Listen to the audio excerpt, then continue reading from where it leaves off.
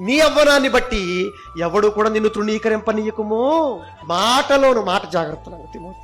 నిన్ను అందరూ కూడా తృణీకరింపకుండా ఉండాలంటే ముందు నువ్వు ఎందులో పొదుపు ఉండాలి? నీకు డబ్బులో కాదు పొదుపు, కందిపప్పులో కాదు పొదుపు, ఏమండి ఇంకెందు దాంట్లో పొదుపు కాదు. ఎందులో పొదుపు ఉండాలి?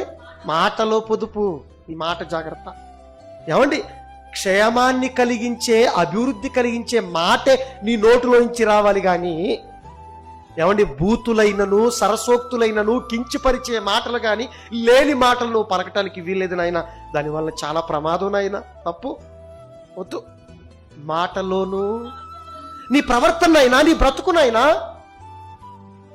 వీటిని బట్టి నేను తృణీకరిస్తా. నీ మాట పాడగలకు నీ తృణీకరిస్తారు. ఆ మాటను జాగ్రత్త చేసుకో. ఒకటి.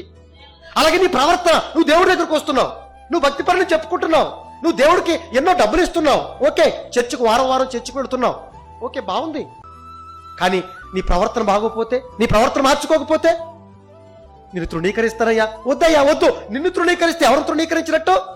నన్ను తృణీకరించినట్టు. వీళ్ళ దేవుడు ఇంతే, వీళ్ళ సంఘం ఇంతే, వీళ్ళ జీవితాలు ఇంతే, వీళ్ళ బతుకులు ఇంతే. వీళ్ళ మాటలు మనం వినేది, వీళ్ళ మాటలు మనం వినేది వద్దండి. ఎవడు నిన్ను తృణీకరింపనీయకుము.